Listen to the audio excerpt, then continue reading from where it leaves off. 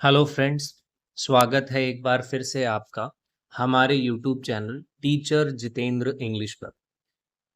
आज के इस खास वीडियो में हम बात करेंगे रीडिंग प्रमोशन कैंपेन रजिस्टर कैसे बनाते हैं उसके बारे में। तो दोस्तों, इस रीडिंग कैंपेन रजिस्टर को बनाने के लिए सबसे पहले आपको एक रजिस्टर लेना है जो लगभग 100 से 150 पेज का होने वाला है। उसके बाद जो पहला पेज होगा उसके ऊपर आपको अपने स्कूल का नाम लिखना है, जैसे राजकीय उच्च माध्यमिक विद्यालय, उच्च प्राथमिक विद्यालय या प्राथमिक विद्यालय, जो भी विद्यालय आपका आता है। उसके बाद में मुख्यमंत्री शिक्षित राजस्थान 3.0 लिखा जाएगा। फिर मिशन पढ़ो राजस्थान, ये आपको वहां पे लिखना है। फिर आपको रीडिंग प्रमोशन कैंपेन जो है उसके बारे में लिखना है। फिर नीचे आपको सत्र लिखना है 2026-27। उसके बाद में कक्षा लिखनी है। कक्षा में आपको 1 से 8 तक लिखना है। तो ये जो रीडिंग प्रमोशन कैंपेन है वो चाहे कोई सा भी स्कूल हो, चाहे वो उच्च माध्यमिक हो, उच्च प्राथमिक हो, दोनों में 1 से 8 तक लिखा जाएगा। और यदि वो प्राथमिक है तो वो 1 से 5 तक के लिए बनाया जाएगा। और साथ में आपको प्रत्येक दिन 7वां कालांश जो है वो रीडिंग प्रमोशन कैंपेन के लिए रखना है। और ये जो रीडिंग प्रमोशन कैंपेन है ये 29 जुलाई 2026 से 16 जनवरी 2027 तक चलने वाला है। यानी कुल मिला के आपको 29 जुलाई से 16 जनवरी तक की सारी गतिविधियां इस रजिस्टर में लिखनी होंगी। तो ये इस रजिस्टर का पहला पन्ना होने वाला है। उसके बाद में हम बात करें तो रीडिंग प्रमोशन कैंपेन से जुड़ी हुई कुछ मुख्य जो विशेष बातें हैं वो हमें ध्यान में रखनी है, जो हमें दूसरे पेज पर वहां पर लिखनी होगी। पहली बात, ये शैक्षणिक वर्ष 2026-27 के लिए जो है वो कार्य किया जाएगा, 29 जुलाई से 16 जनवरी तक चलेगा। इसके अलावा जनवरी माह तक चलने वाला एक पठन गतिविधि की ये श्रृंखला होने वाली है। और इसमें विद्यार्थियों को प्रतिदिन जो पठन अभ्यास है उनके अवसर दिए जाएंगे। इस अनुसार पठन गतिविधियों का इसमें जो आयोजन है वो भी किया जाएगा और उनका नियमित संचालन भी यहाँ पर किया जाएगा। इसके अलावा इसके माध्यम से विद्यार्थियों में पठन कौशल विकसित किया जाएगा और इस कार्यक्रम को प्रतिदिन 7वें कालांश में संचालित किया जाएगा। ये सारी चीजें आपको वहां पर मेंशन करनी है। उसके बाद आपको रीडिंग प्रमोशन कैंपेन के जो उद्देश्य हैं वो भी आपको वहां पर बताने, और ये सारी जो चीजें हैं वो संक्षिप्त में हम वहां पर लिखेंगे, जैसा कि मैंने आपके सामने यहाँ पेज पर लिख रखा है।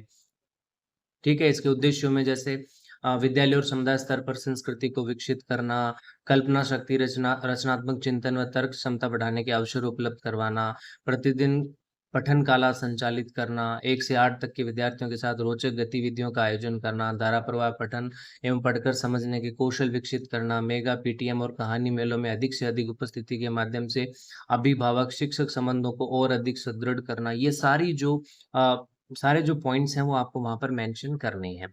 अब उसके आगे अपन बात करें तो रीडिंग प्रमोशन कैंपेन में जो कक्षा समूह है वो किस प्रकार बनाया जाएगा।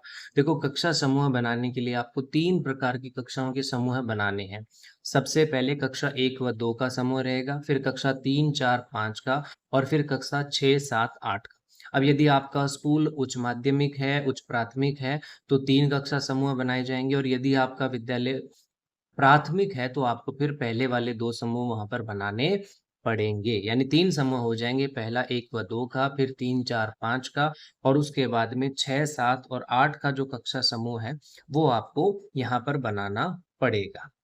ठीक है, और एक कक्षा समूह में एक जैसी जो पठन गतिविधियां हैं उनका संचालन वहां पर किया जाएगा। उसके बाद में अब जो विद्यार्थी हैं उनके पठन स्तर के अनुसार समूह का निर्माण किस प्रकार किया जाए, ये इस रजिस्टर का सबसे महत्वपूर्ण हिस्सा होने वाला है।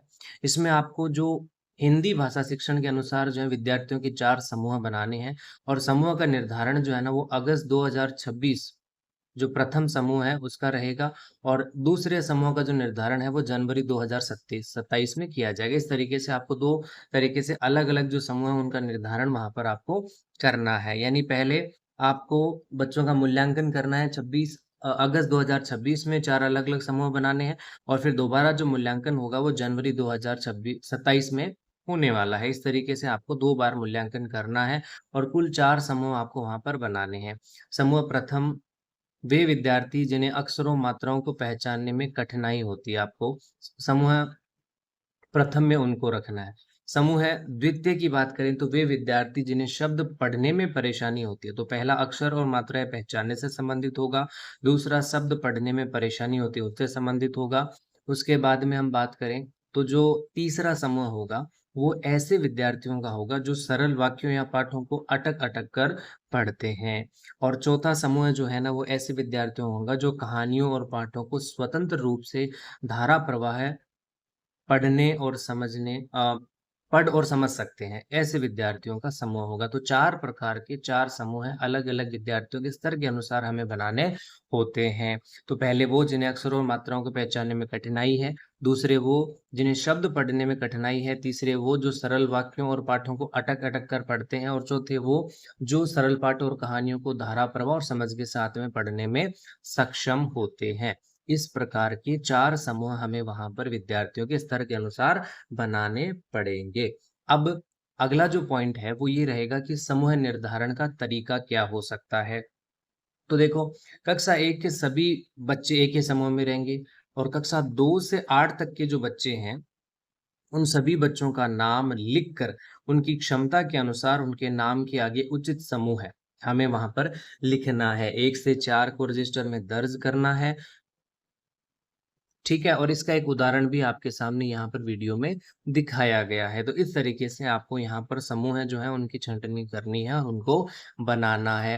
तो देखो, पहली बात ये कि कक्षा 1 में सिर्फ़ एक ही समूह रहेगा तो सारे बच्चों के नाम एक साथ आएँगे और कक्षा 2 से 8 तक के जो बच्चे हैं उनका सबका अलग-अलग समूह आपको वहाँ पर बनता हुआ दिखेगा। मतलब अलग-अलग समूह वहाँ पर बनेंगे। तो समूह प्रथम, समूह द्वितीय, तृतीय और चतुर्थ 4 समूह आपको वहाँ पर बनाने पड़ेंगे और सबके नाम आपको एक सारणी बनाकर उसमें वहाँ पर आपको लिखने हैं। तो जैसे आपको वीडियो में जो उदाहरण दिखाया गया है, इस तरीके से आपको अलग-अलग समूह बनाने पड़ेंगे। कक्षा 2 के, कक्षा 3 के, कक्षा 4 के, कक्षा 5 के। इस तरीके से हमें अलग-अलग जो हमने समूह बनाए हैं, जो हमने कक्षाओं का निर्धारण किया है, उनके अनुसार उनके समूह हमारे द्वारा निर्धारित किए जाएँगे।